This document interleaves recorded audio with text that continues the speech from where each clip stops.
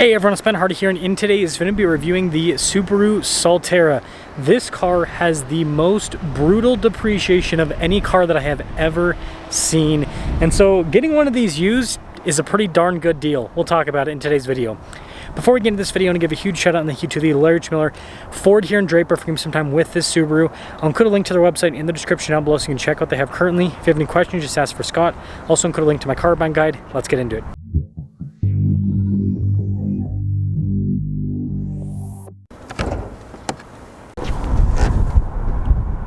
So let's go over the EV specs. We've got 215 horsepower, 246 pound-feet of torque, and 227 miles of driving range. And this is all-wheel drive.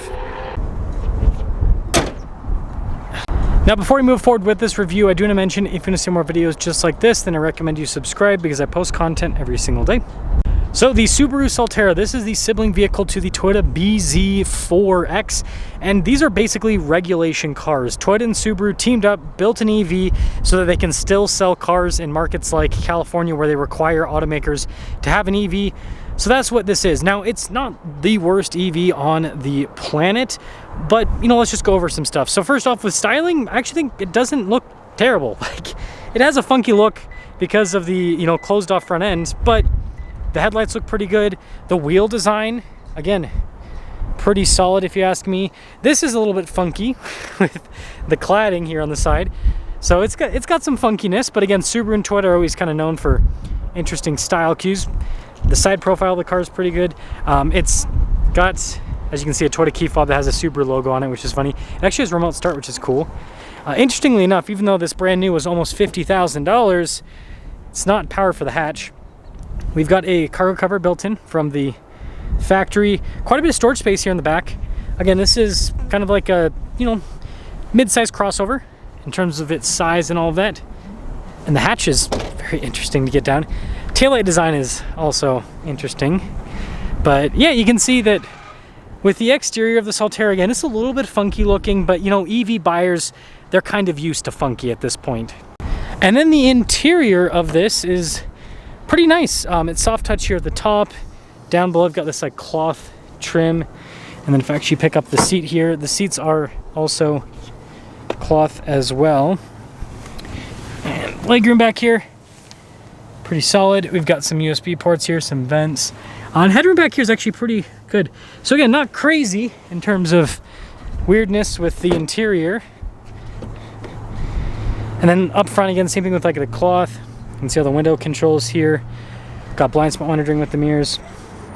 And then with these cloth seats, I actually like the design down the center. I think that's pretty nifty. And this is cool here on the side. And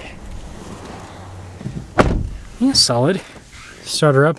So this has a very similar gauge cluster. Here, I'll kind of zoom in to the Prius. With the whole setup, shows you the range and all of that. But it also has the same problem with the Prius where you can't see the gauge cluster because the steering wheel gets in the way. And then notice the steering wheel has got pretty much all the same stuff as the Prius. And that's kind of one of the funny carryovers with this. Just regular backup camera. And then, yeah, the infotainment system, all of this is Toyota. This is really just a Toyota with a Subaru badge with it. I mean, look at that. That's the exact same. You got your climate controls down below. We've got heated seats here in the front. And then we've got some EV stuff. Well, not all of it's EV, but you got like your one-pedal drive, for example. Your drive modes. It actually has X mode, which is the one thing that's kind of more Subaru-esque. And this I've always thought is interesting with these. Let's see, cup holders on the center console. More cloth trim here on the top. Look at the dash. That's so funky. Got a rear view mirror that's pretty normal.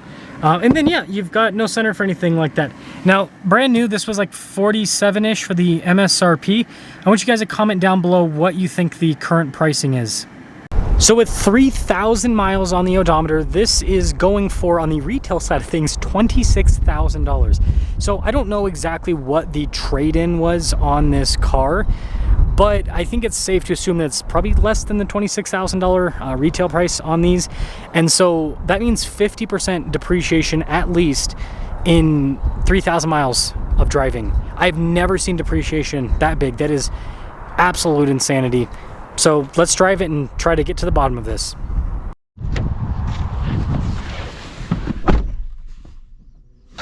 Subaru Solterra. Visibility. Not too shabby. Turn that down a little bit. It's not so noisy. This is crazy. I knew that these were going to depreciate quite a bit because all EVs have taken a huge hit. And you know, something you have to understand is because of the tax credit system in the US, EVs are always going to take a hit compared to their original MSRP, because the assumption is, well, the person didn't technically pay MSRP with a tax credit, right? But that is a little bit of a slippery slope, because the thing about the tax credit system is you have to at least owe $7,500 for you to be able to take advantage of the tax credit. So like, if you don't make enough to owe $7,500 to the federal government, you're not getting the full $7,500 tax credit. That's just something to note. Leases are a little bit different, though. I will say that if you do a lease, then you get the tax credit. So it's weird how they divvy out the dollars. But I think that's the story of the US government over the last like 100 years. It's weird how they divvy out the dollars. So first off, in terms of how this drives, I actually just had one of these, well, the Toyota version, the BZ4X, for a week as a tester. And I'll tell you what I ran into, but you know, in terms of the driving experience, which, oh, I tried to recline the seat just a little bit and it went a lot of it. It's nice. Again, it's an EV crossover. So it's pretty comfortable. You've got instant power, instant torque, so it's, even though it has like no power, right? 200 horsepower is not a lot.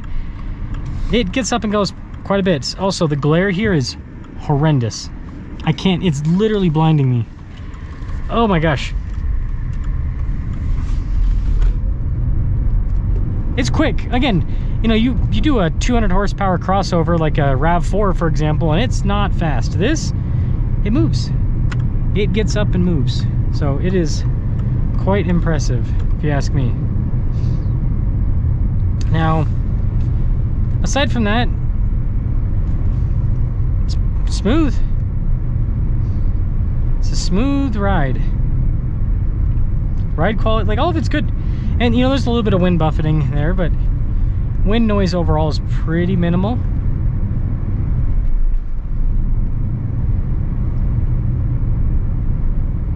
Yeah, I'd say it's nice. I like the drive.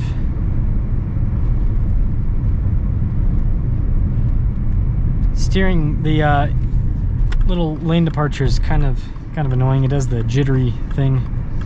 And the one pedal drive on this isn't super aggressive. It does a little bit, not a lot. Yeah, the damping on EVs is really good. The one downside is that you go through brakes and shocks a lot faster on EVs because the extra weight on the shocks and then the extra weight on the brakes. And the brakes being used for regen, it just, yeah, a little bit more wear and tear on those items. So, why is the Subaru Solterra experiencing so much depreciation when it seems like it's a pretty solid car? It drives pretty well, and you know, it's got a Subaru badge, or you know, you can get the Toyota version, Toyota badge. Those are manufacturers that have a good reputation for the most part. It just sucks as an EV. At the price point it's at, I should say. $47,000 for cloth seats, 200 miles of range, 200 horsepower. It is literally the worst EV in the segment. There is nothing that is as bad at that price point as this is. This is more similar in terms of its specs to the Nissan Leaf, which can be had for well over $10,000 less than that. Now the Leaf is only front wheel drive, but still, the point stands. And again, the used car market is valuing this where it should be, right? As a used car, $27,000, because realistically, brand new, this should be like $35,000, maybe $37,000, somewhere in that range. And then you get the tax credit, and then, you know, after the tax credit, that would, let's say it's 37, and then, you know, about 30 after the tax credit. So then that puts, you know, a used car like this at 26. That makes sense, right? Because used cars always depreciate. So this is just way overpriced brand new. But then as a used car value, this is a pretty good used car value, because you're getting a full warranty. And again, you know, what this one's going for, 3,000 miles, 26 grand, $26,000. You're getting an all-wheel drive car. It doesn't have the best range, but I mean, if you were just to be a, you know, if you're a city dweller, right? This is more than enough range, right? How many of you city dwellers go more than 5 miles in a commute, right?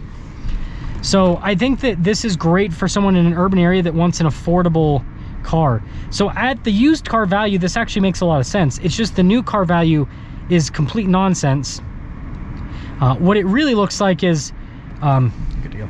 Toyota and Subaru using their name to sell what is ultimately, like I said, a car that makes it so they can, a regulation car, right? So they can sell, oh, this is chaos.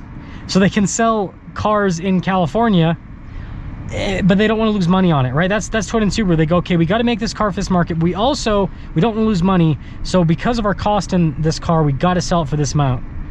The economics just don't make sense. So I'm sorry if you bought one of these brand new.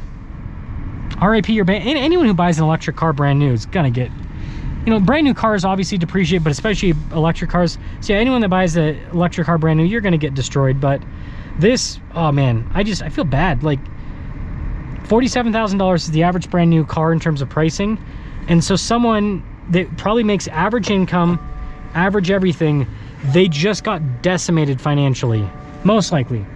Who knows? Maybe it was a rich person that bought this, but I doubt it. I think that it was just a normal person, and a normal person just lost $20,000 overnight because they got this car, realized it was junk for the price. And yeah, let me know what you think.